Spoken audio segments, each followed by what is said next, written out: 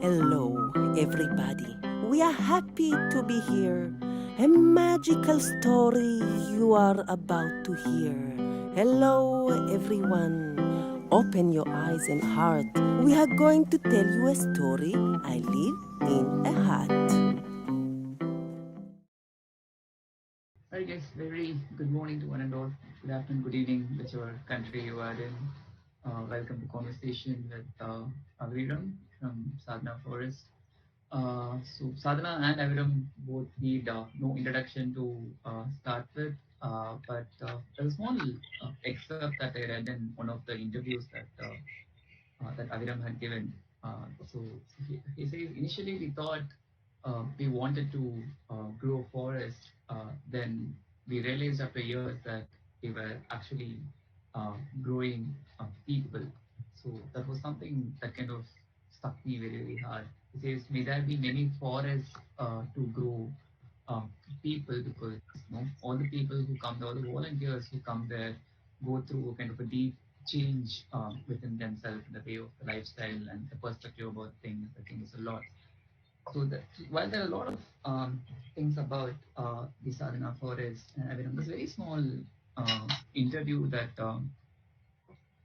Aviram mentioned about his daughter and a small scene at the clinic. So I thought maybe we'll read it out and start with that as an introduction to him. So I'll read it out as in how it's written. So for instance, my daughter did not know to recognize any letter of alphabet until she went one day with me to a homeopathic doctor. In this clinic, you have to sign your name after you got the treatment. The doctor asked her to sign, so she said, I don't know how to read and write. I told her I would sign for her this time, and I took the pen. No, but I want to sign my name, she said. I said, okay. So in front of the doctor, I was teaching her letter by letter of her name. Her name is pretty long. It's Osha Shanti Rosen, if I'm getting it right. So it includes like half of the alphabet. By the time we went out of doctor's office, she knew half of the alphabet now without any effort, without any tension. And it made me think about spending the first grade. It took me 6 months to study half of the alphabet, and for her, took it less than 5 minutes just because she was ready for it and she was curious to learn. So that I thought was a good introduction to the way of learning in the Sadhana Forest itself. Uh, so a very small technical introduction to the participants who are the first time attendees of the conversation. You'll be able to see myself or Aviram who is talking on your screens. And Aviram is also sharing a presentation with us. So I request you not to go full screen because once you go full screen on your laptop, you won't be able to see the presentation. So I request you to have it in the same size. So once Aviram finished presenting, you can type your questions in the Q-bar session in the side. That's Q-bar question and answer session, and I'll be moderating questions with Aviram. And this session is being recorded and will be available on the YouTube channel of Cuckoo by tomorrow uh, evening. Right, so that's about it, and over to you, Aviram. Thank you so much for joining us, and thank you so much for your time.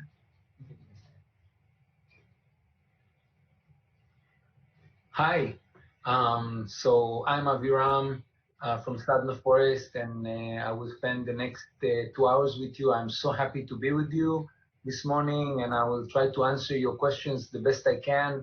And whatever I will not be able to answer this time, I'll be very happy to answer later. You can write me on Facebook, Aviram Rozin, or write to our Sadhana Forest page, and I'll be happy to answer any questions you may have. So, yeah, what is Sadhana Forest? It's a reforestation project, sustainable community in Auroville, South India, Tamil Nadu. We started 16 years ago, my daughter, my wife, and I, with the intention of reforesting a 70-acre piece of land and living our life without compromise. When I mean without compromise, I mean that we can be completely truthful to our values, like veganism and gift economy and collaboration instead of competition, and unschooling. Giving our children the chance to learn naturally instead of sending them to an institution that would do that for us. So all these things we didn't want to compromise about. And the only place that embodied these values at that time in 2003 was a place that we would create, because it didn't exist. Community with these values did not exist, and even now does not exist. A community that embodies all these values. So we started on this empty piece of land and slowly developed it into a forest. After a very short while, volunteers started coming and volunteering with us from all over India and from all over the world. We have, last year we had more than 1,300 volunteers from all states of India and from over 50 countries internationally. So that makes a very big and diverse community. And I hope that one day you will all be part of us and come and volunteer with us and experience this. It's a place, if I can say something special about Sadhana Forest, I would say that Sadhana Forest is a place where we are accepted as we are. So there's no expectation from us to be different than what we are. And that's so special for so many people. Many times our parents or our teachers or our neighbors expect us to be different, to do better, to do something else than what we're doing. And in Sadhana Forest, you can be who you are. And that's the main feedback that we're getting from people. The actual seva that we do every day, because we never worked in Sadhana Forest. We always do seva and selfless service. And the selfless service that we do is planting trees, doing water conservation, taking care of trees, mulching them, watering them. So that's going on around the year for all these years. And it's an amazing experience to work in a group, in such a diverse group of people together in the forest. And we're so happy that we can live with all these very young and inspiring people around the year. After years of working in India, of doing our seva in India, we started another project. It's called the Forest Haiti, in Haiti, in the Caribbean Sea. For the last 10 years, more than 10 years, we have Sadhana Forest there based on the same values. It's 100% vegan. It's based on gift economy. It's collaboration and non-competition, unschooling, all these ideas. And of course, off the grid. All our campuses in India, Haiti, and in Kenya are completely off the grid. So we have our power from solar energy, and in Kenya from wind energy, and in India also from human-powered energy. We have a gym where people can do their exercise and at the same time produce electricity for cloudy days. And in 2014, we started Sadhana Forest Kenya, which is our most recent Sadhana Forest, and it's in an area called Samburu in northern Kenya. We're working with the Samburu tribe to plant trees around their homes, trees that will produce food for them.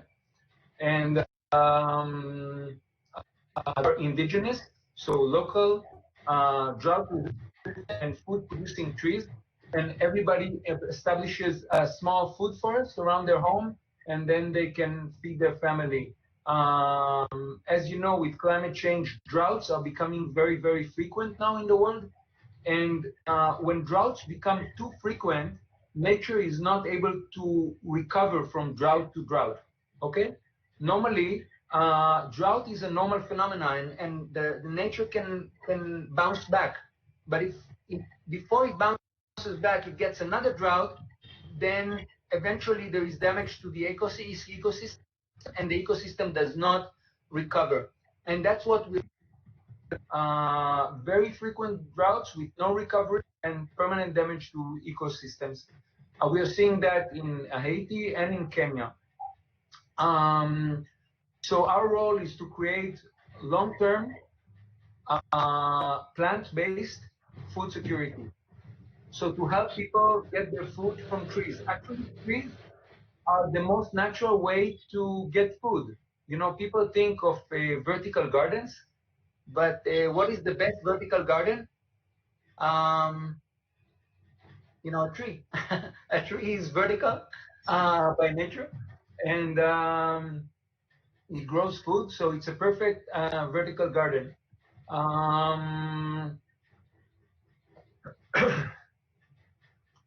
Yeah, I want to show you some slides of our work, so I can, I'll just go through the presentation quickly, hopefully without tiring you, and we will then I'll then answer any questions you may have.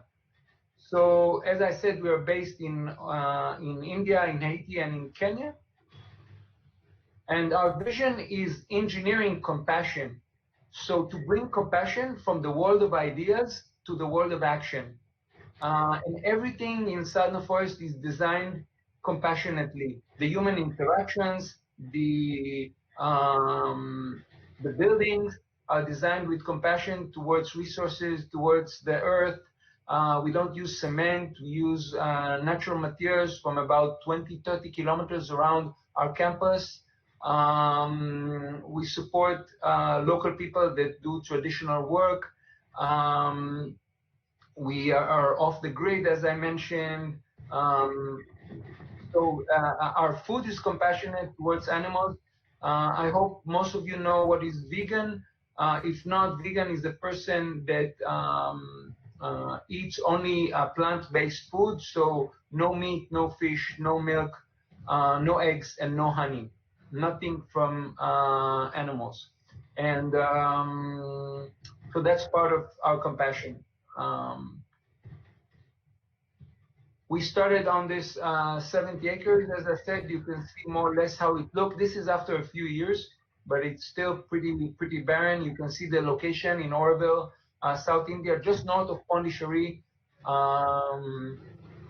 This is a picture from the beginning, not the very beginning, but about 1 year after we started. And you can see the next picture, exactly the same area.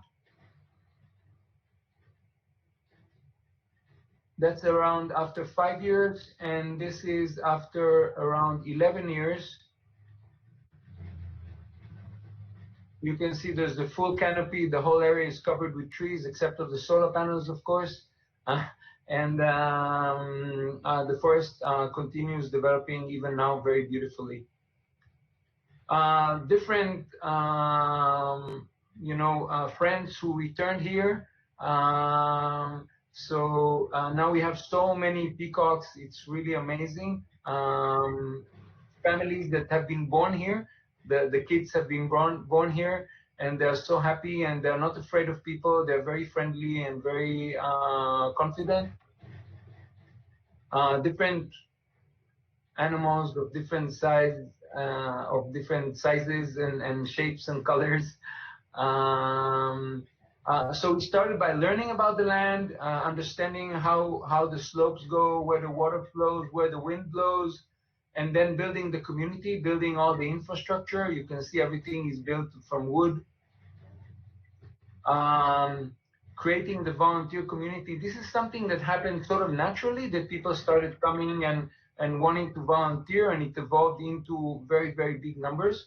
When we started Sadhana Forest, people told us a vegan place with no alcohol, no drugs, no smoking, it's the biggest turnoff in history, you know? You wouldn't have anyone coming in to volunteer with you. Which young person wants a place like this? But obviously, these people were wrong, because we have more volunteers than I think, residential volunteers, that I think most organizations in the world. There are very few organizations in the world that host on their campus more than 1,000 volunteers a year. So obviously people are looking for much more than smoking and alcohol and drugs. They're looking for a purpose in life. They're looking for a new understanding of reality, for a spiritual dimension of sadhana, and they're looking to do something good for the climate change mitigation and for the world. So yeah, I think we're providing this opportunity. You don't have to be skilled to come to Sadhana Forest. You don't have to be a forester or you know, a MSc in biology. You just have to have really goodwill, and if you have that goodwill and sincerity, we will share with you everything we know, and you will learn how to do the things that we need to do here. Yeah. This is our main hut. Now it's even bigger than this. It can host now 300 people. We extended it, so the pictures are a bit outdated, but you're welcome to see it for yourself and then enjoy the new dimensions of the main hut. Solar and human powered, you can see on the right the human power generator, and you can see the bicycle blender, all these ways of harvesting all the youthful energy that we have in Sadhana Forest. We have a lot of people with energy, some with a little bit of excess energy, so we're happy to harvest it into our batteries.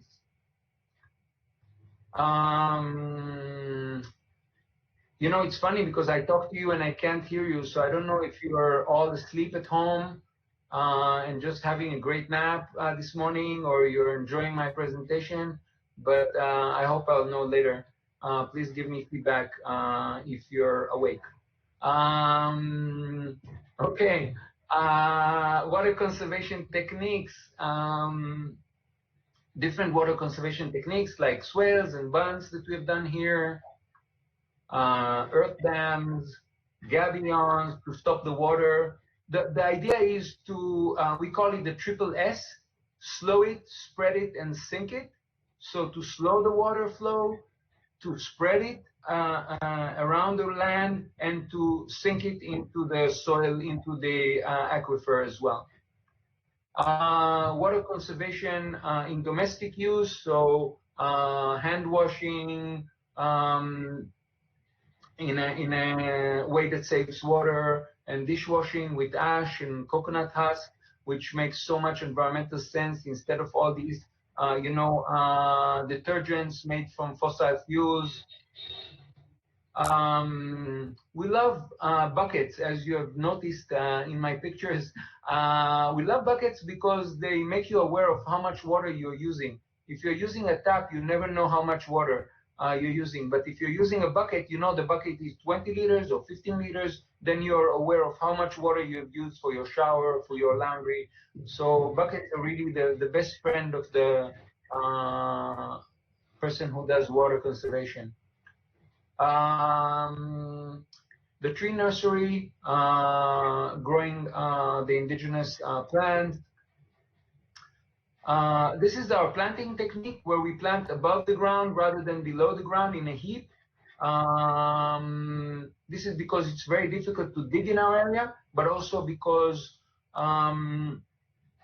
we mimic nature, and in nature there's always augmentation and not reduction. In nature, nobody digs in the ground to plant a tree, but the seed falls and then germinates on the ground, and leaves fall, and it's a natural process.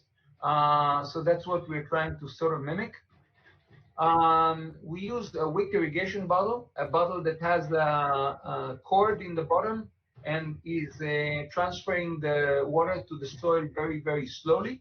And you can also, if you open and close the cap, let's say in this bottle, if I open the cap, the water will flow more because air will go in. But if I close the cap, the water will not flow. If I open just a little bit, then the water will flow very, very slowly. Let's say 50 ml, 50 milliliter per day, and that's enough for a tree to sustain itself in the summer. So a 2-liter bottle would last for about 40 days.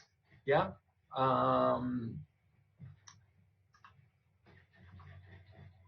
This is our planting technique in detail. I won't go through this, but if you're interested, please come and volunteer with us, and we'll share this with you in detail.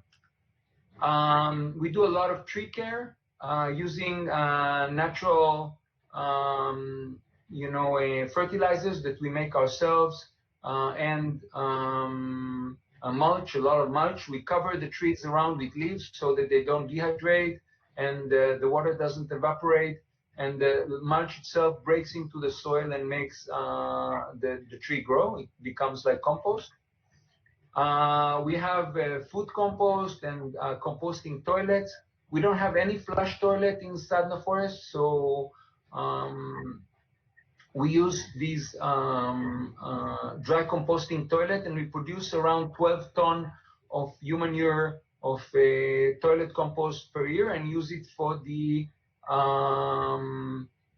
trees. So we are totally self-sufficient in terms of compost. We never buy any compost in 16 years. We do a lot of recycling. 1 minute. I mean, 1 minute, sorry to interrupt. Can you just, on your screen at the bottom, can you say hide, stop sharing, and hide is there on the screen, right? Yeah. On your screen. You just say hide because it's kind of, I just say hide, yeah. Good, thanks. Thanks so much. Okay. Okay, because it's appearing there. Okay, yeah, sorry. Yeah. Sorry. I'll just use this intermission to take a sip of water, if you don't mind.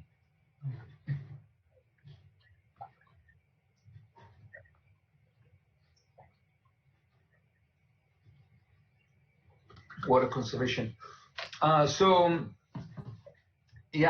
this is the composting, dry composting toilets. This is the recycling and reusing. So we have the zero waste hut that you can see, and people bring, all of us bring our waste into there, and it's sorted into about 17 categories. And from these categories, it's either recycled, reused, or in the worst case, put in a landfill, in a lined landfill, so it doesn't leach into the aquifer. And on the right, you can see an example of some of the things we do from our waste.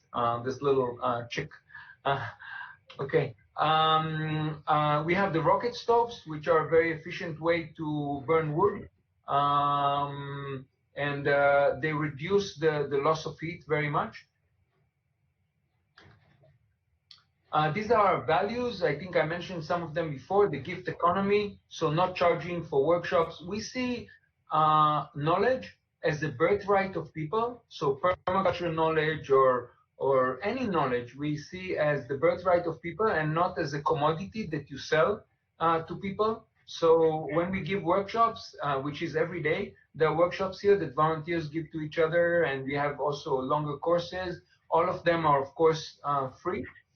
Veganism, which I explained before, which is the highest form of food ahimsa, really reducing all the suffering of animals from food production, and also protecting the planet by using much less land than, just that you're aware, we're using about 80% of the Earth agricultural land for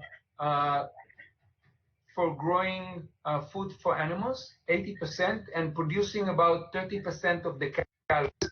Yeah, so it's very inefficient to grow animal-based foods, and that's why we are explaining the veganism also from the environmental point of view. There's also another many aspects to it, like greenhouse gases that are released by these animals, and a lot of waste of water as well. Okay, non-competition or collaboration. We don't play competitive games in Sadhana Forest. No chess, no competitive card games. We're trying to build a society that is based on centered around collaboration, how we can work together rather than against each other. And for some people, it's very, very difficult because they've grown with competition as their main value in life. And they've always been pit against other people, be better, be the first in your class, be a topper, this. And what we are saying is that we are all toppers when we are together. We're on top of things. Okay, substance-free, as I described, the place is called Sadhana Forest because we are doing sadhana here. We're practicing a spiritual path, not a specific one, but our own one, whatever that is. And you can see that all these drugs are reducing consciousness, and we want to increase our consciousness. So it's going in the opposite direction. That's why we forbid them. But there's also an environmental reason. If you look at all the land that is used to grow tobacco, sometimes when I see environmentalists that smoke, I wonder if they know how much land is used to grow tobacco and what's the impact on the planet. Or drink alcohol, and do they understand how much land is used to grow alcohol rather than to feed people and drugs as well. So all these things are competing with forests, are competing with food production, are causing a rise in food prices, and basically are not needed because none of these have any caloric value except of some of the alcohols have any caloric value. They are mainly just a way to to escape reality, which could be wonderful. So instead of escaping reality, we're trying to make a beautiful reality. So we want to be happy inside the forest. We want to be vibrant. We want to feel energetic, and we don't need all these substances in order to feel that. It comes from the inside. Community, being together, understanding each other. It's very challenging because we are from very many different cultures, but it's working very well. We've been doing this for, as I said, over 16 years, living in a huge community. We are all volunteers. There is no salaries here. Nobody gets a salary, and that's great because we are all doing it because we want to do it, and we are happy to be here doing our seva. We have different activities like the Eco Film Club. Every Friday we show a film and give a tour of the place and serve a free vegan organic meal. We have Children's Land where local children come and take care of the land and learn about themselves and about their vision and embody their own visions. We train people in water conservation, government people and other people.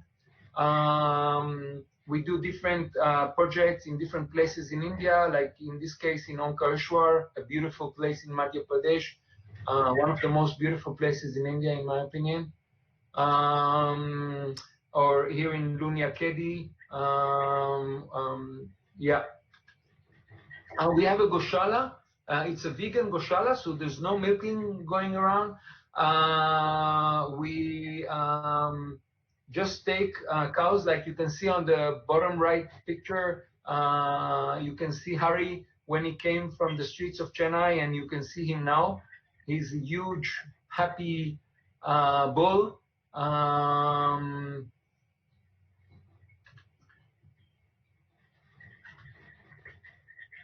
We host different international meetings like the Dialogue on Humanity that we hosted in 2017, talking about the future of humanity.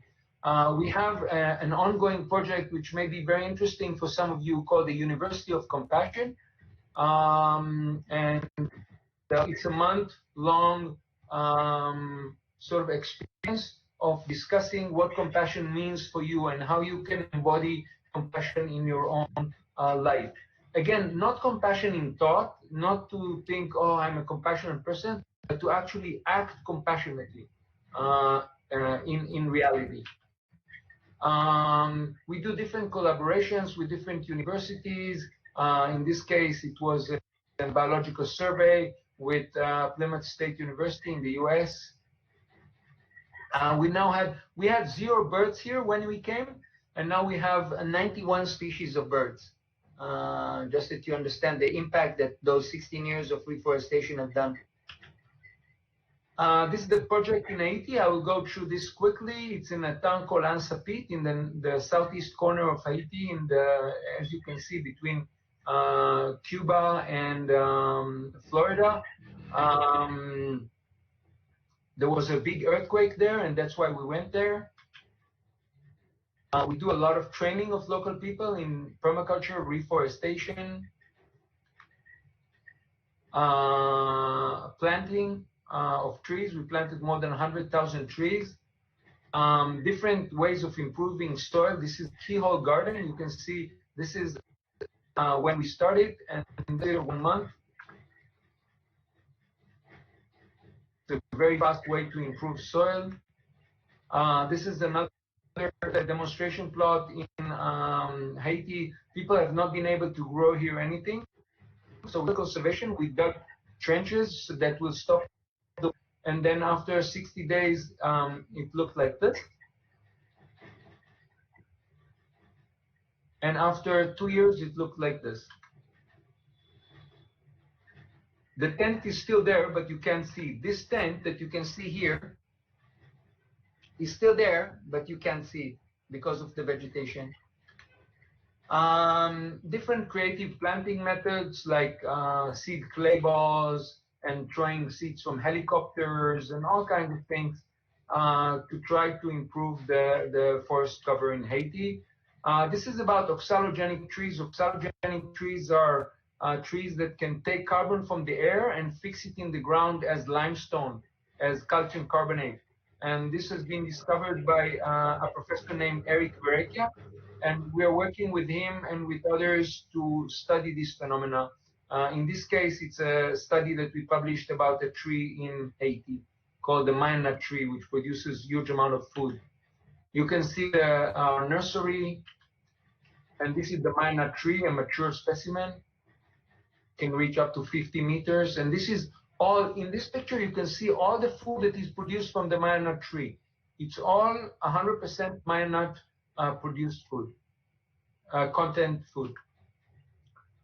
Different reuse of fishing nets and clothing for different purposes of the tree planting.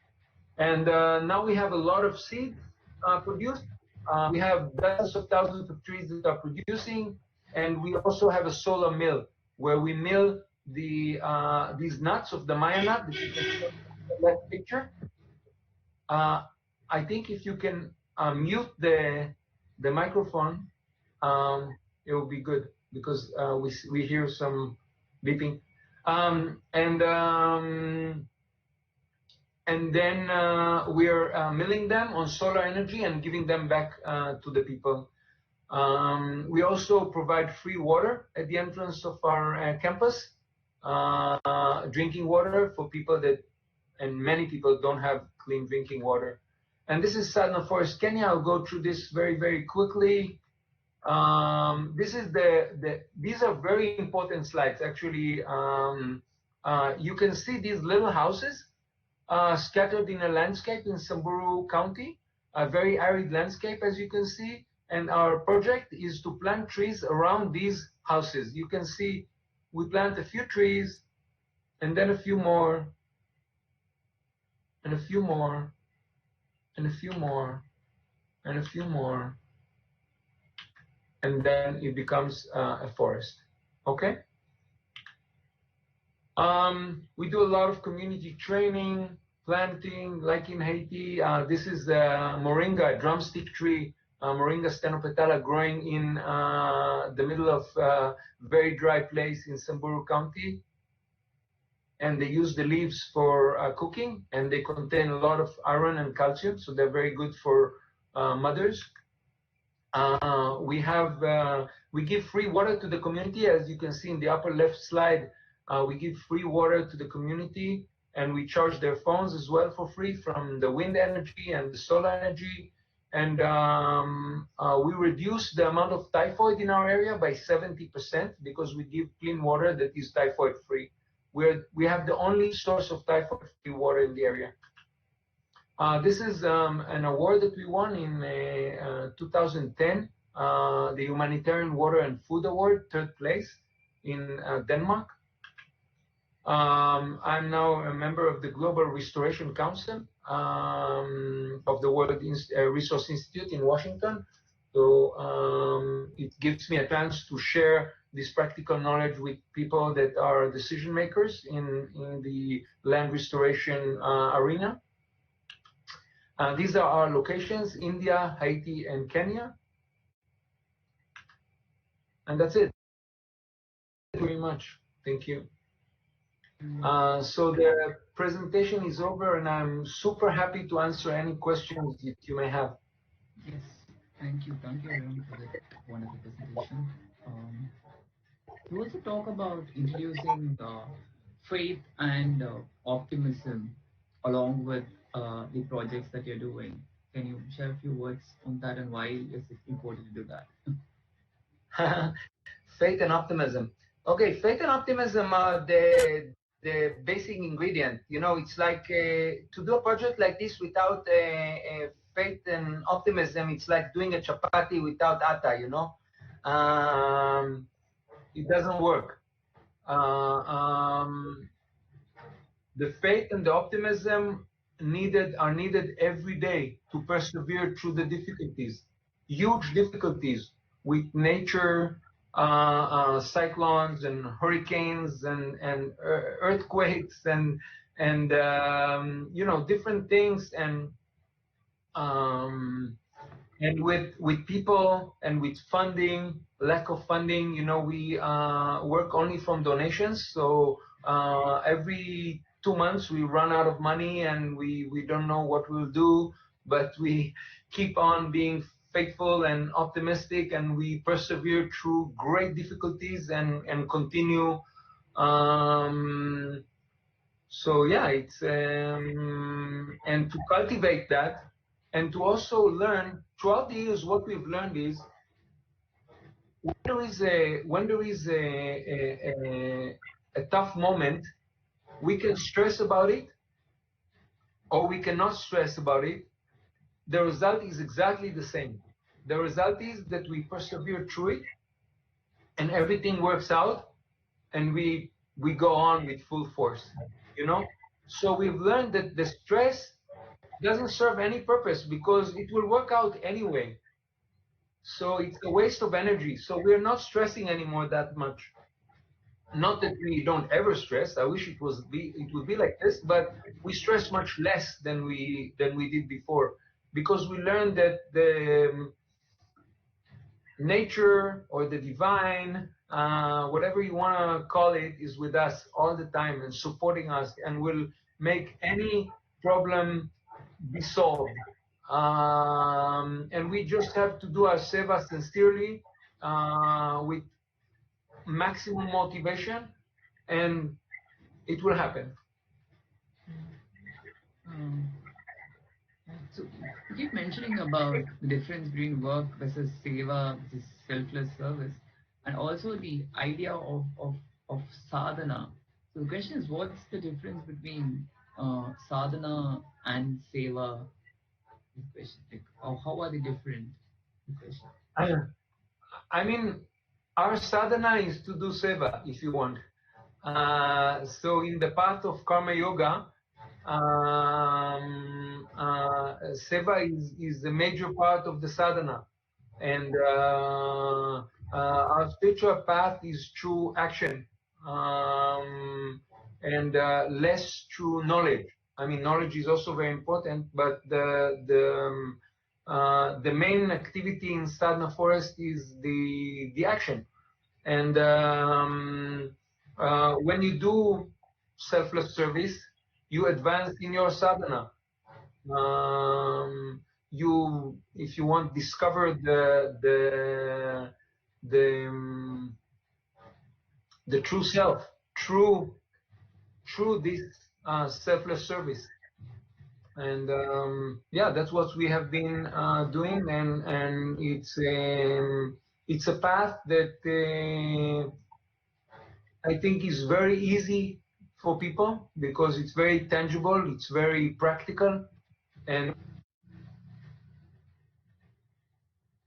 have to do something that is not your normal life in order to do this sadhana.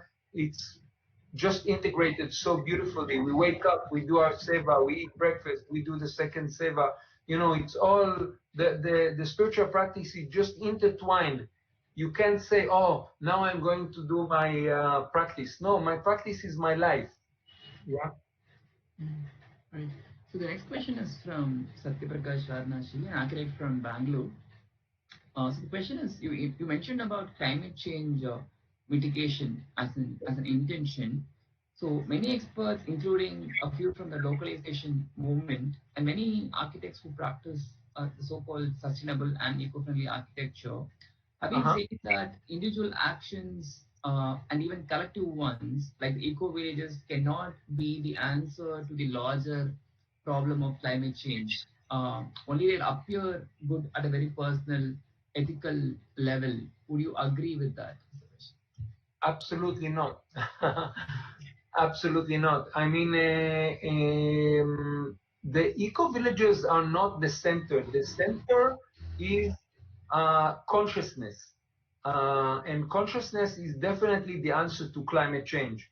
If we all act consciously in this planet, and it doesn't have the eco village can be in Bangalore. I mean, you could live with the consciousness of an eco village in an apartment building in Bangalore. If you think about what you buy, you think about how you drive, and mainly you think about what you eat. You become vegan tomorrow. You reduce the amount of greenhouse gases that are produced because of your being by 50%. You know, just by being vegan. You don't need to do anything else. You don't need to live in an eco village for this. This is the misunderstanding. The change can start now, very, very simply. And if people want to live in eco villages, that's fine. But the ecological consciousness should start now with action. And I think eco villages, I mean, in Sadhana Forest, just you imagine, we're using 40 liters per day per person. An average person in the city, depending on the city, at least 500, 800 liters per day. Okay, we're using 40 liters per day. So we have a much lower impact. We're using more and more now electric vehicles charged from solar energy. We're building with local materials, sustainably grown, not cement. And definitely, if more people would live like this, it would be a solution. And we are contributing to the creation of forests. So I don't see how that is not a solution. I think that people that live in cities have a misunderstanding of what an eco village is. And they have to come to Sadhana Forest and stay in one for a few weeks or months before they can make these calculations, because I think a lot of these calculations are done from universities where people are not connected to the actual reality of the impact. And definitely they're not considering the food aspect, which is a very, very important aspect. Veganism is the solution for climate change, more than any other personal change that you can do. If you have doubt about it, look at the report of the IPCC, the International Panel on Climate Change. Read their last reports and see what they say about plant-based diet as a form of going forward. Thank you. By the way, these are all scientists that almost none of them are vegan. Yeah, so it's not a bunch of vegan activists. It's like the top climate scientists of the world. You also mentioned about the children's land, a project from the Sadhana Forest. Could you elaborate more on that and the activities? Sure. So Children's Land is a way for Sadhana Forest to interact with the local children. They come from the very underprivileged communities like the Dalit community, the um, Gypsy community. They come from orphanages in Pondicherry. Um, and they spend a few hours inside the forest once a week for at least 1 year. I had many experiences. I served in the army when I was 18 to 21 and went through different things there that taught me a lot about life, about death, about the value of both. Um, I have been in the business world and experienced different people. I experienced a lot of greed, a lot of cynicism, a lot of dishonesty, and I think learned from that my values are different, and I should live with my values and not to the environment that I'm in. But I should create my own path. When I was 32, I think, I went to Bangkok, and for the first time in my life, I saw people meditating. That was really eureka moment for me. I was like shocked. I never seen anybody meditating before. It was just amazing for us. It felt like home from the very first moment, and still, for me, it's the most wonderful country on earth. Yeah. What, so next question is what made you choose Auroville as your home? No, you have traveled many countries. You have seen most people in your journey as as a businessman, as an entrepreneur, as being an army. You have had several experiences, traveled widely. What was that made you to choose Auroville? What was that moment when you and your wife thought this is the place? Um, the first choice was India. We didn't even know about Auroville. When we landed here, we didn't know about Auroville. After 3 days, we decided that we'll live the rest of our lives in India. Where in India, it was not clear. Auroville came much later. We were in dinner with an elder couple in Chennai. They invited us to their home, and in the middle of dinner, the man said, you know, I know the place where you should live. And we said, really? How do you know? And he said, it's a place called Auroville. And we said, okay, what is Auroville? And he said, wait a minute. And his wife ran to the puja room and brought the text of the mother, the founder of Auroville, on marriage. And we read this page on the dinner table. And yeah, and it was so illuminating for us that we thought, okay, that's maybe a place to visit. And then we visited Auroville, and then visited again, and we started reading Sri Aurobindo and the Mother, and became very, very connected to this area and to the Samadhi in Pondicherry and to Matri Mandir, and slowly it evolved, mainly through the spiritual path. It was not so much the manifestation for us, but more the vision. And the manifestation came sort of second. The vision was and still is the most attractive thing for us here.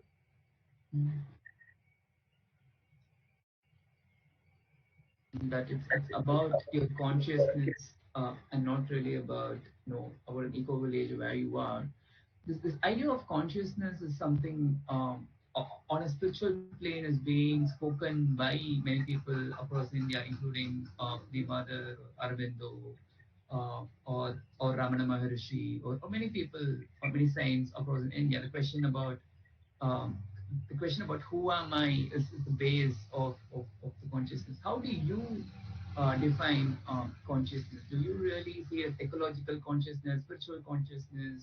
Do you like divide consciousness, or what is your definition of consciousness? The path of let's say the path that we're using in Sadhana Forest is the path of increasing consciousness through the small things of life, not through meditation necessarily. I mean, although I personally meditate as well, but the idea is to be conscious of any action, any thought, any anything that you do. And for instance, how we use water, how we speak to people, that our communication is non-violent and reflects a higher consciousness. It's a constant effort to be conscious at every moment, and that's why we also avoid drugs and alcohol, because they reduce the consciousness and for a few hours would inhibit you from raising it. So it's really a constant effort. Now when I'm talking to you, to be conscious of the interaction of the people that are at home, and how can I connect to them on the highest plan that I can at this moment, and to really express human unity, which is a major part of the Auroville ethos, to express human unity by kindness, by welcoming. That's why in Sadhana Forest, part of the consciousness is that you can come anytime, and you know, everybody that comes here gets a meal and a welcome and a tour, and people feel like they've come home. So they see the consciousness manifesting in action, not just in thought. So this is our sort of interpretation of the raising of consciousness. Because you could say, you know, I see sometimes people that are, you know, they're meditating on who am I, and are very, you know, they're sitting very quietly and very, you know, dressed in white and very serene, and then they go and eat a steak, you know. And I ask myself, how does that work, you know? Why didn't that consciousness move from the meditation to the plate, you know? And that's what we're trying to do here, to close these gaps and to be in integrity with our consciousness. Next question is about the water conservation projects in Omkareshwar, Dunyakhedi, or even in Haiti and in Kenya. What were your process that was followed like, and were there any learnings and adaptations from one context to the other, depending upon the context in which you were working? Yeah, I mean, the first step in water conservation is deep observation of the land. And the best way to do that, when you are coming to a piece of land that you would like to do water conservation, you immediately walk to the top of the land, the highest point of that land. And then you walk down as the water would flow in the monsoon or in the rainy season, okay? So you start developing this water consciousness by just walking down at the path of water. And if you do that many times, you would see that you're starting to really get a sense of water. You can even do water divining. You can even feel water underground and see where to drill a well naturally, because you're starting to sort of flow like water. And actually our body is water, is mostly water. So it's very easy for us to connect with with the water that is in the ground or underground. Um, we walk from the highest point, we see where the water is flowing, and then we can see how we can slow it, spread it, and sink it. And of course, the context would have a very big influence on the design of the swales and bunds and whatever trenches we choose to dig, because the soil type, the plan of the landowner, what they want to do with the land, would of course affect the plan a lot. The direction of the sun. I mean, many factors are playing in this design, and you get more and more experience as you do it more. You get more experience in doing it in an effective way, and then there is another level of implementing, because design is just one step, but then the permaculture design or the water conservation design, then there is the second aspect of implementation, and the attention to detail that you need in order to implement a water conservation plan is huge.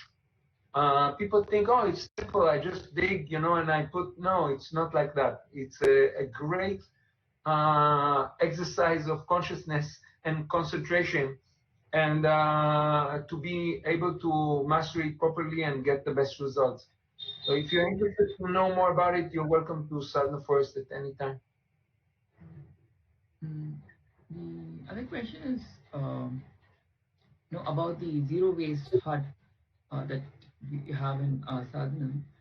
Yeah. How do you ensure that the volunteers who come for a very short stay or even come for a day, how do you ensure they also get into the practice of this waste segregation? Like, do you have a structure or system in place where you tell the volunteers who come that this is how it's happening? Because there are a lot of activities that are tried by a lot of other people across India. But most of what is happening is that once the volunteers come in, the system or structure that is already there in place kind of gets a bit shaken up till they enter into the place and they go back again. It takes time to get back into the routine. Do you also face such common things when you initially start? Maybe it is not there right now. Maybe when you initially started, are there also such systemic problems? How did you overcome it as a question? Okay, so we don't have that problem because volunteers don't come for a day here. The minimum stay for people from India is 2-3 days, and for people from abroad, it's 1 month or 2 weeks, depending on the season of the year. So these are relatively long stay. Most people don't stay only 2-3 days, so weeks or months. And we have a person who is in charge of the zero waste hut, who is there every day with a team of 1 or 2 or 3 or 4 people, depending on the season and how many people are here. So it's maintained all the time. It's not a side issue for us. It's not a dessert. It's the main course. And we're investing a huge amount of energy in having a team there every day that is maintaining it, segregating, reusing, recycling. And we're not facing huge challenges with this. Visitors that come for a day sometimes throw stuff on the ground, because they have a wrapper or something, or a candy or something they throw on the ground. So we pick it up and move it to the recycling hut for recycling, and our team deals with it. But most people are very respectful towards the place, and we don't have any major problems on that front.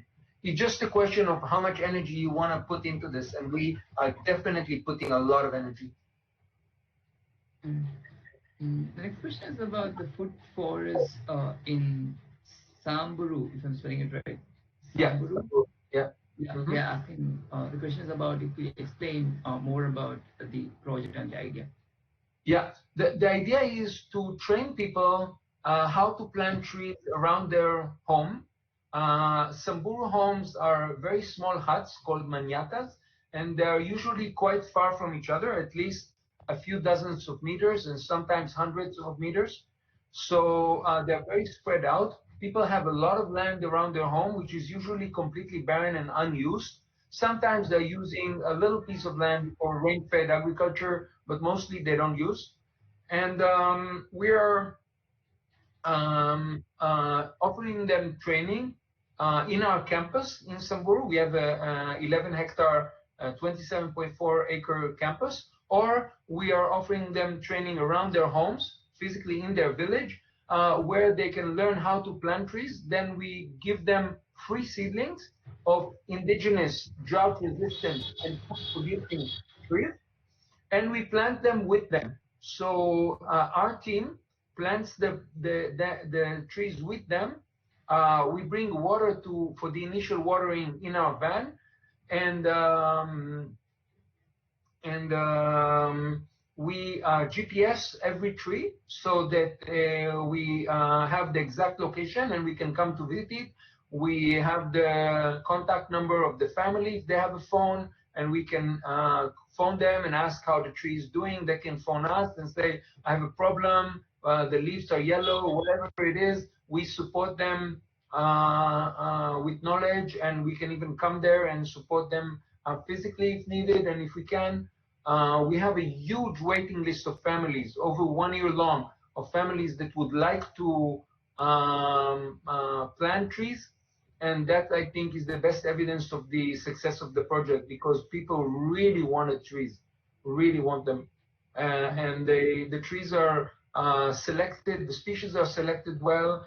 They're grown in our nursery, so they're grown in very good conditions. They're healthy and happy when they go into the ground. And if the people protect them and water them, then they would have a really beautiful food forest around their home, productive and healthy, and creating shade and better soil and all the other benefits of trees. Can you just share a few words about this project called the University of Compassion and the idea behind the project? Yeah. Yeah, the University of Compassion is an attempt to bring people closer to the idea of compassion in action. So it's not so much learning about compassion in different traditions and scriptures and this. It's more about, okay, I'm an engineer. How can I be compassionate as an engineer? What can I do that embodies compassion in my job? How can I maybe use more natural resources, more be nicer to my employees, respect their rights, I don't know, interact differently with my partner. So it's really about understanding my needs as a person, my needs in terms of implementing compassion, and then structuring it. We have a facilitator of the University of Compassion. At the moment, it's a lady called Victoria, who is an excellent model of compassion. And we have Richard as well. Some of you may know Richard, Roy. So we have wonderful people that are embodying compassion in their own life and helping others to create compassion in action in their life. Yeah. After you moved to Auroville and started in the early 2000s, was there any point of your journey where you felt this path is very tedious, and then you kind of lost hope in it? And then was there any point where you have to pull yourself back into it? And what gives you hope every day to keep pushing forward? So this feeling of tiredness and maybe it's a very difficult path comes only every few hours.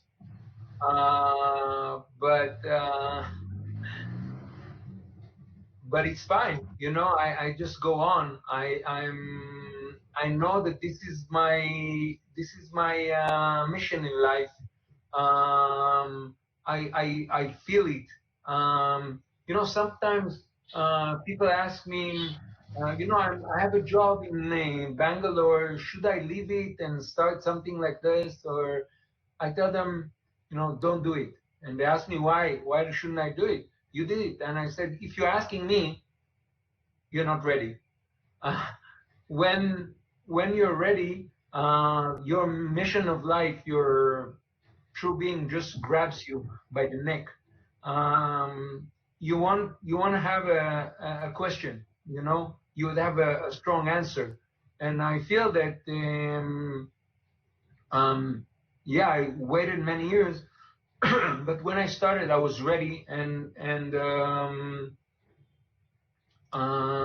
every time I see the forest around me, every time I see the community of people that we are able to support, and the large, super large Sadhana Forest family, dozens and dozens of thousands of people that have visited here, over 12,000 people that have volunteered with us.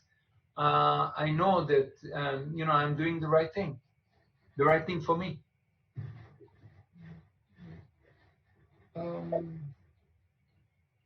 So this question saying, I have been to Sadhana Forest and I loved the seva over there, and especially the non-talent nights.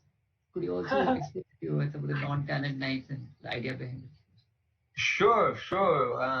We call it the non-talent show, or the open stage. So every Wednesday after dinner, around 7:15, we eat dinner at 6 here, quite early. At 7:15, we have the non-talent show, and everybody is welcome to perform. And there's no judgment of our talent. We just perform, and in the end, everybody cheers and claps, and it's not about having the perfect you know, voice, or about expressing myself and being and gain confidence. And it's really a wonderful night. We have people singing and dancing and doing acrobatics, and reading poems that they have written, or reading poems of others, or just sitting and meditating with everybody for a few minutes, or doing magic, or I mean, so many things. And it's so diverse, because people are from, as I said, from all over India and all over the world. So you have a huge diversity of performances. Many times we team together for bands. So there would be, you know, people from 5 different countries, and different ages, and the child and a very old person, and all of them are performing together one thing. And it's very spontaneous. It's many times very funny. Yeah, it's a wonderful evening. So if you're in the area, Wednesday evening, 7:15, we'll be very happy to have you at open stage. You can, of course, listen, but you can also perform. We'll be very happy. Yeah. The next question is about you know, about the description of vegan goshala. Your website also says, you know, we brush them, we feed them, and also talk to them, because we all enjoy feeling loved. That's the kind of description given. So the question is about, can you brief on it? Yeah. I mean, you know, when I take people to the goshala, many times they ask me, you're vegan, right? So you don't use them, right? So why do you have them? And I always ask them the same question, you know, excuse me, do you have friends? And they say, yeah, of course I have friends. And then I say, do you milk them? Do you eat them? Probably not. I hope not. So what do you do with them?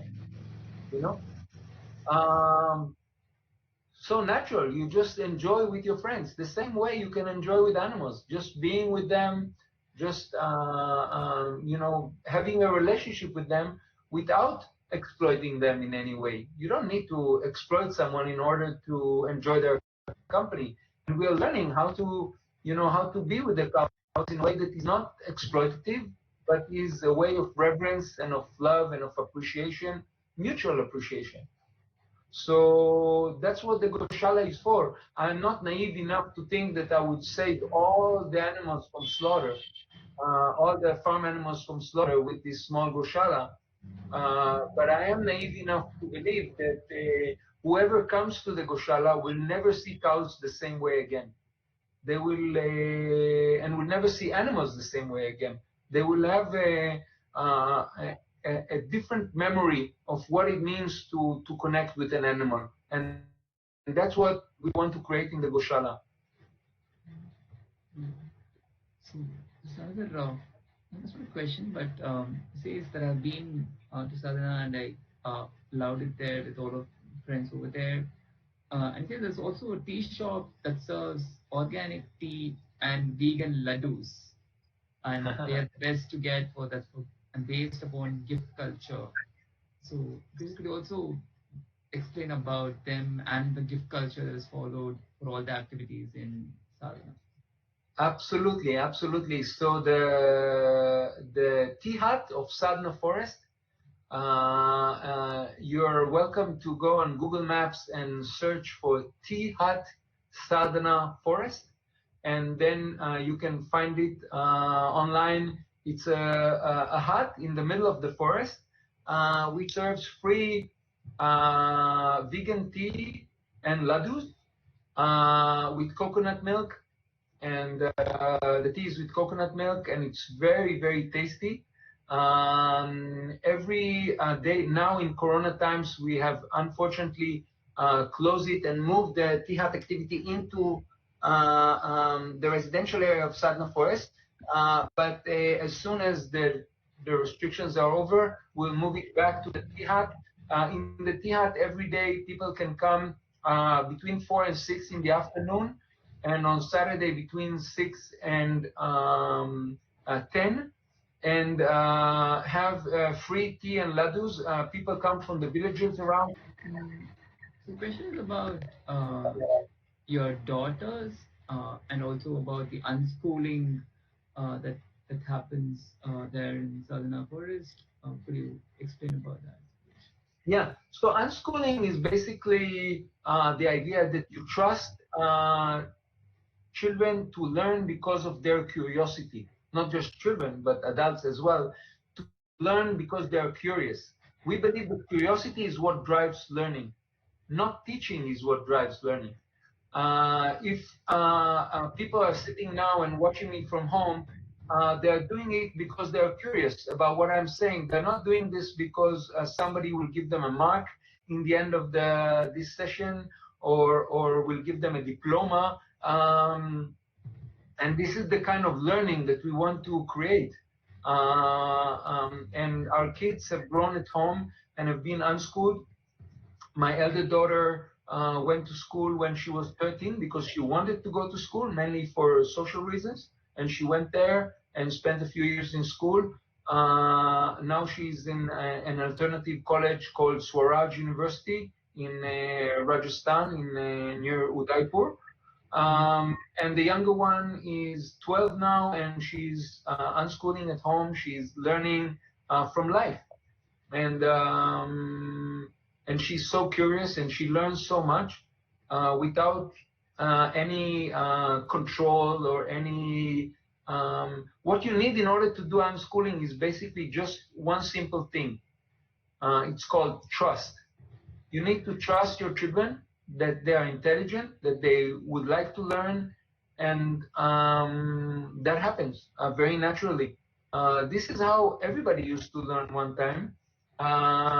Schools are relatively new phenomena in human culture. I mean, schools as we know them are about 150 years old, 200 years old. Before that, very few people ever went to school.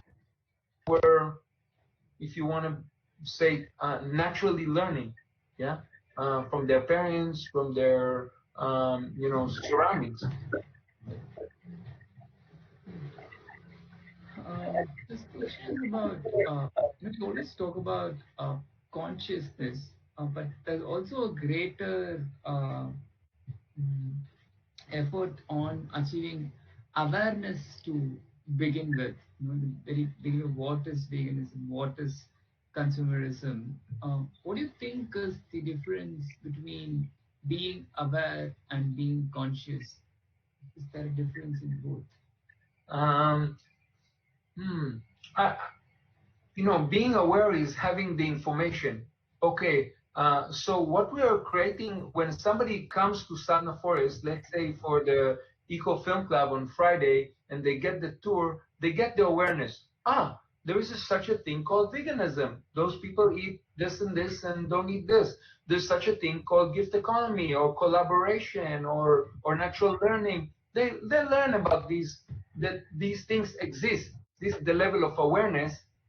um, I mean, it's a question of definition, but for this conversation, let's define awareness as knowing that something exists. And then there's the level of consciousness is to be ready for this.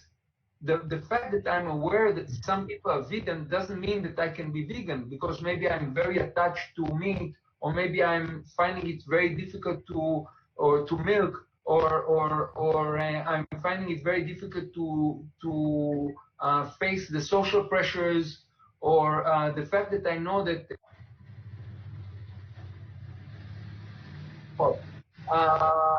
So we have to have the awareness on one hand, and at the same time to bring the consciousness up to match our level of awareness, so that we can be ready for the actual change in behavior. Because the aim of consciousness, the aim of raising the consciousness is to materialize in our action, not to stay in the mind, but to manifest itself in our reality, in our relationships, in our behaviors. So the next question is about presentation. Initially, you had shown us about the planting technique where you raised the soil and then had a plastic bottle for watering. The question is, where did you get that idea from? What was the inspiration for that idea? As a question. So this technique is called wick irrigation. The spelling is W-I-C-K. W-I-C-K irrigation. If you search for this on Google, you'll find a lot of information. It's not something we invented here, but it's something we sort of use on a larger scale than most others. And we have brought it, I think, to the next level. So we're using the bottle and we're using the cap as a regulator. This is something we sort of added to the system, and it's working very well. The reason it's working very well is because the wick is 50 centimeters underground. This cotton rope is 50 centimeters underground, and when we put the water into the bottle, it goes deep underground, and then there is no evaporation and of water, because there is so much soil above this water. There's no evaporation, and if there is no evaporation, there is no salinization. What I mean is, when we water on the ground and the water evaporates because of the sun, okay, the salt in the water stays behind, and this is causing the soil to be more and more salty. Why? I water every day 10 liters, more salt is staying there, more and more and more and more as the water evaporates.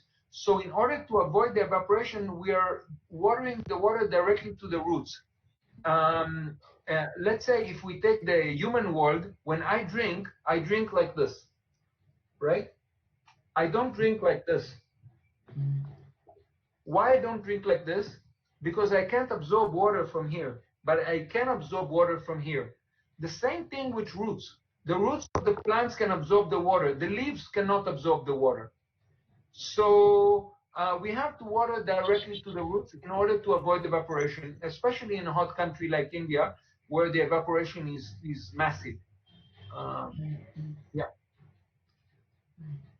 So this question is about the different structures that are there in the Sadhana forest, all of them made with the locally available materials and a few words on the very initial days of construction. How did you kind of envision it? Like when it was a barren land, how did you kind of envisage these different structures coming together? How did that idea come about?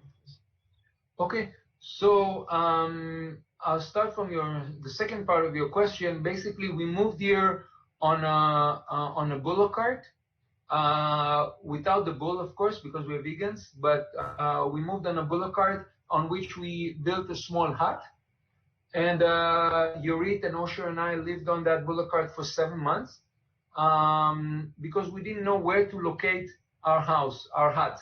So we wanted to have the flexibility. We built 5 such mobile structures on old bullock carts, and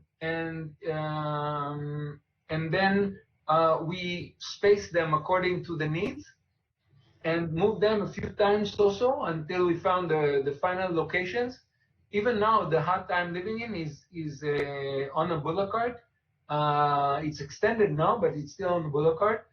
The materials we used are locally used materials. There are local people here have been building with these materials for a very long time, and we some of the structures we built ourselves, but most of them, and now all of them, are built by a local team from a village not far from here called Bomayapalaya.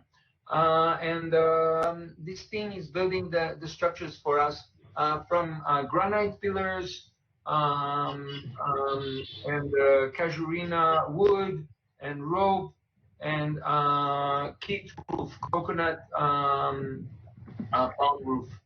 Yeah. So next question is about the eco-friendly toilets that is there in the Sadhana Forest. Yeah. A brief about them, and is there a possibility to use such toilets in urban areas also? So the dry composting toilets are basically built on the separation of solids and liquids. So the urine is separated and the solids are separated, and that makes very, very rich compost. And the urine is recycled through a reed bed, through a plant bed, and then can be used for irrigation or can be just flow into a little garden. This has been, we have been using this model for 16 years, and it's working really well. After every time of using the toilets, we put sawdust on the solids, and that dries them up, avoids smell. There's no bad smell from our toilet. There is no flies in our toilet. You wouldn't see a single fly in our toilet. People think, oh, composting toilets, it's dirty, it's smelly. Not at all. Our toilets are better smelling and cleaner than most flush toilets that I've been in. They're really hygiene, and at the same time produce a huge amount of compost. As I said in the presentation, over 12 ton per year of toilet compost. So one of our volunteers posted on Facebook that actually Sadhana Forest is a scam to get their toilet production and not for volunteering. I wouldn't go so far, but we're definitely enjoying the amount of compost that we're having, and it works really well. In terms of implementing it in urban areas, I would recommend a book called The Humanure Handbook of Joseph Jenkins. Humanure, Humanure, Humanure Handbook. Joseph Jenkins. It's an excellent book about composting toilets, and that book inspired me, and I'm sure it will inspire you to make. And he explains how to do composting toilets in urban settings as well. So the question is, when you were back in your younger ages in the army, as you mentioned, soldier, what was your realization that happened when you were in the battlefield, and how was that an inspiration that led you into the quest of life and death?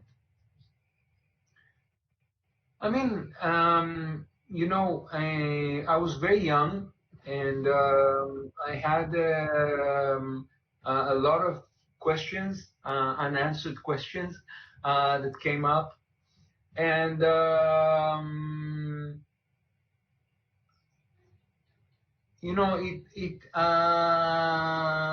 it made me value life. Seeing loss of life has inspired me to value life, to value human life. And later, when I became vegetarian and then vegan, also to reflect on the life of other beings, not just humans.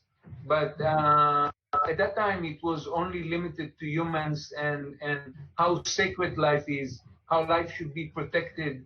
Um, and yeah, definitely some of these traumatic experiences have shaped me as I am today. Although the effect was not immediate, it was not, that I had some epiphany in the army, not at all. But over the years, these experiences have, gone deeper and deeper and deeper into what I am now, and I still have a very, very long way to go. So the next question is about um, being a vegan, or somebody who's trying to follow to be a vegan. The medication for various illnesses than going in for the conventional medical system. Uh, are there? What is that the sadhana follows if in case there is an illness? Is the question. I didn't understand the question. I'm sorry. Could you repeat it? No, no. If there is a medical illness, like if you fall sick, Yeah. what is the natural remedy that you go for? Is the question? How do you? Okay. Okay. So first of all, we believe in the immune system, and we believe in not falling sick rather than curing illness. So it's very important to eat healthy, and eat healthy means, for me, eating vegan and organic and local, if possible, is the healthier way to eat. And eating foods that are strengthening the immune system on a daily or at least a few times a week. If you're eating, I'm eating only raw food, so it's different for me. But for people that are eating cooked food, I would really recommend to eat stuff like rasam, the most beautiful, immune boosting dish that contains all the things that boost your immune system. Not all, but many of the things that boost your immune system. So if you eat rasam, 5 times a week, your chances of getting sick are so low. If we do get sick, we use, I personally and my family uses mainly homeopathy. And only if we are in life-threatening situations, we use allopathy as well. But we mostly go for homeopathy and for Ayurveda. And a lot of people in Sadhana Forest prefer homeopathy or Ayurveda, but some of them are very connected to allopathy, so people can choose whatever they want. We don't impose any medical choices on anyone. They can decide whatever is good for whatever they think is good for their body. But we can offer them options, different options, and if they like them, they can try them. We have a very big network of Ayurvedic and homeopathic doctors that we know in Auroville, in Pondicherry, and when people ask us where to go, we can give them very good contacts to take care of themselves. So the next one is there's always this impression that I have that most communities or most projects in Auroville as such is limited within Auroville, and those ideas do not. Um, it's difficult for it to take place in an urban context. Is the idea that I have. Is it actually true? Is the question. If not, what are the different steps that one can take in an urban context to be conscious of their choices? Is the question. You know, the nice thing is the consciousness goes with you wherever you go. You can come here and get inspired and then go back to the urban setting and act consciously. I mean,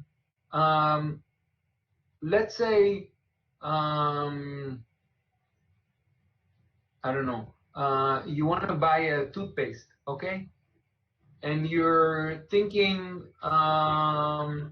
you could go online and check which toothpaste is produced locally, maybe by people with disabilities, maybe from plant ingredients or Ayurvedic plants,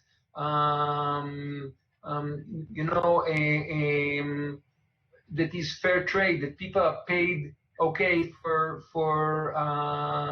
producing it, and that there's not so much transportation. Instead of buying it from some international company that would bring it from another country, and we don't know how they treat their workers and everything. So just spending 1 or 2 minutes of research before you do any transaction, just 1 or 2 minutes, would protect the planet so much, you know.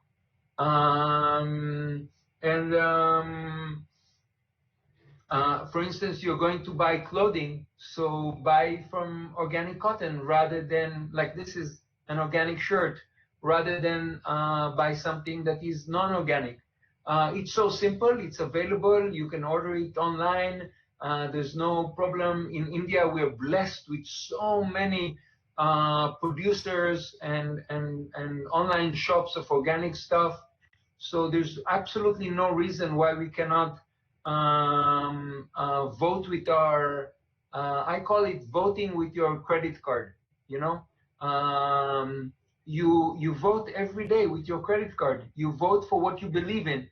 And if you vote for the right thing, the world will change, because we are fueling the economy. It's not somebody else. It's not some big corporations. We are fueling the economy. And if we fuel the right economy, the local economy, the fair trade economy, the economy of compassion, then things will change. If we fuel other types of economies, these will prosper and thrive. So it's all in our hands. There's nothing that we should build our hopes on anyone else. We should build our hopes on our daily decisions.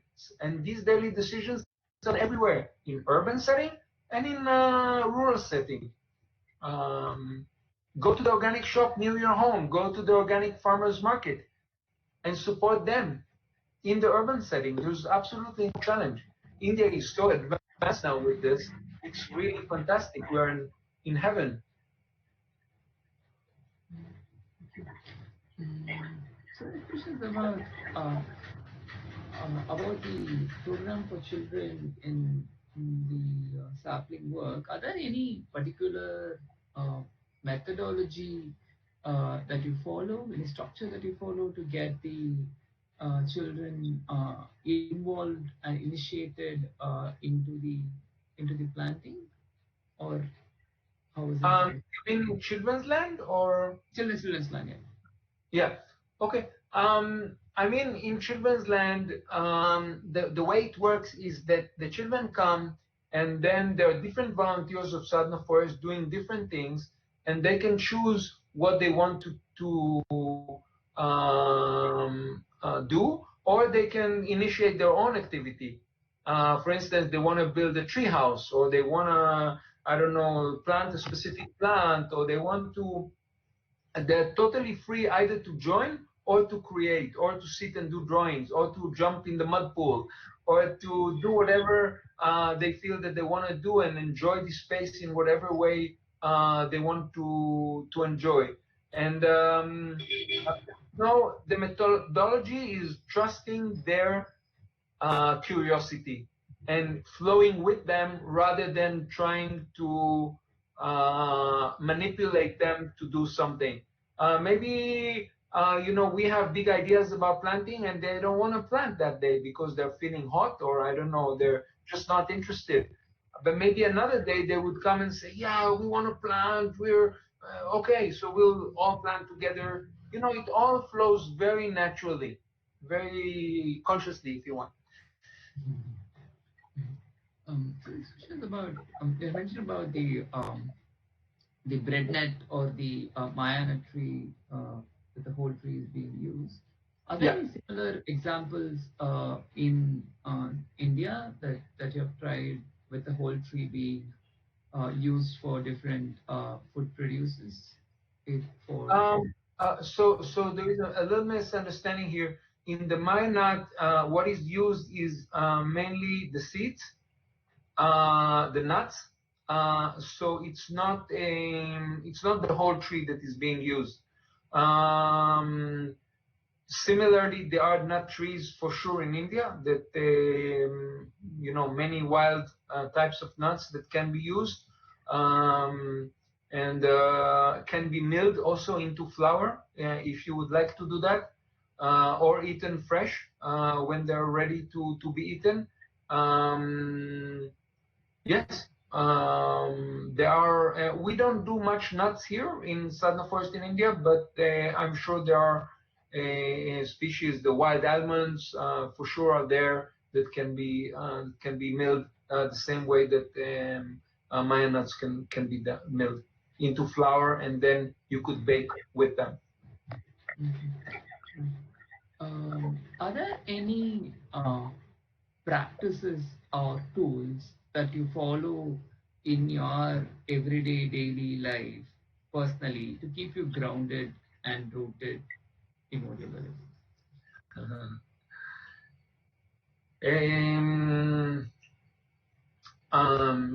Yeah, definitely. There are. I have my meditation practice that I do every day before I interact with people. I always do my own practice, and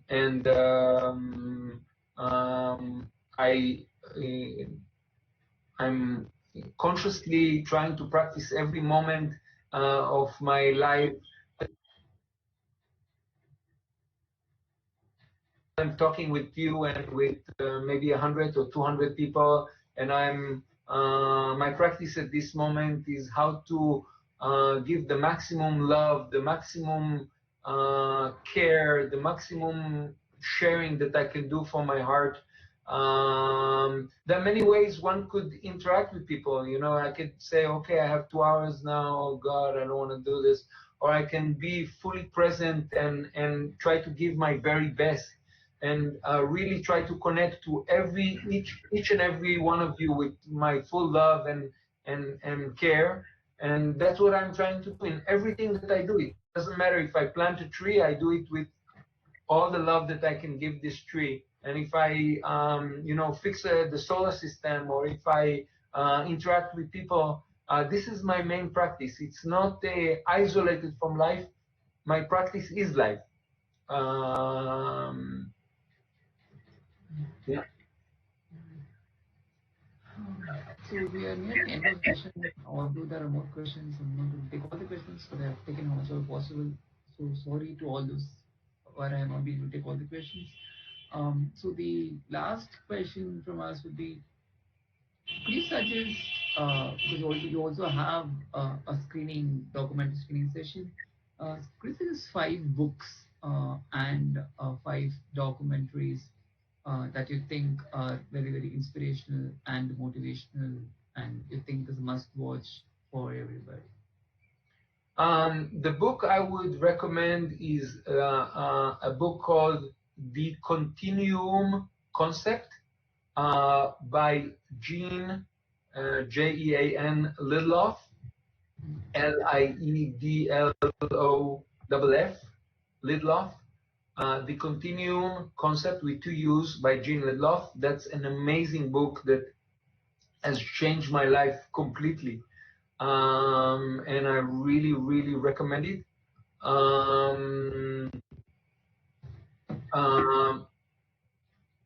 I mean, I can't think of documentaries off the top of my head. I wasn't ready for this question. I'm sorry, but I would love to share with you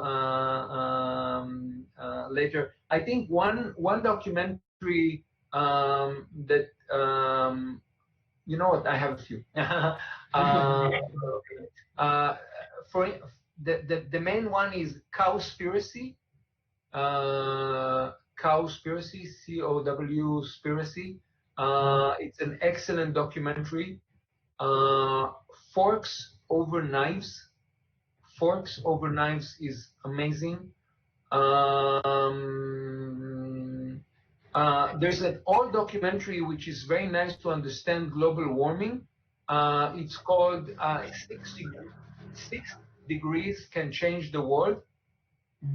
6 Degrees Can Change the World. It's a good one because it shows degree by degree how our planet will look if we hit by the planet by 1 degree, 2 degrees, 3, 4, 5, and 6. And it's very realistic and very frightening as well, but will give you a very good idea where we are heading with global warming. 6 degrees could change the world.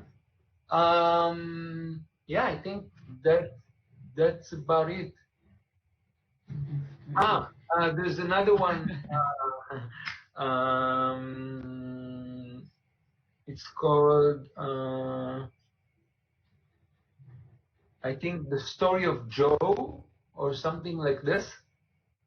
The Story of Joe. It's also a very, very good one. Yeah. Yeah.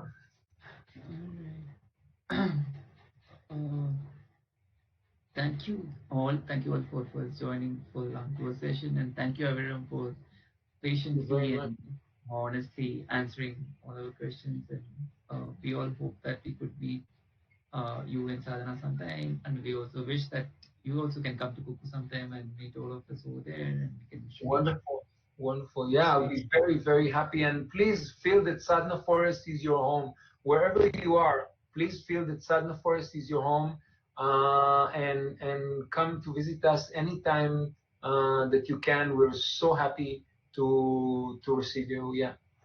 Thank you. And as a request that I have at the end of all sessions to all the new participants here, please do write about it on your blog or on social media about Sadhana Forest, about Aviram, about the session.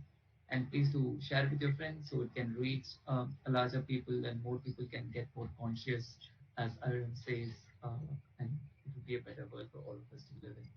So thank you all. Thank you so much for joining. And the session recording is available online. It will be uploaded by tomorrow on the YouTube channel of the Cuckoo Forest.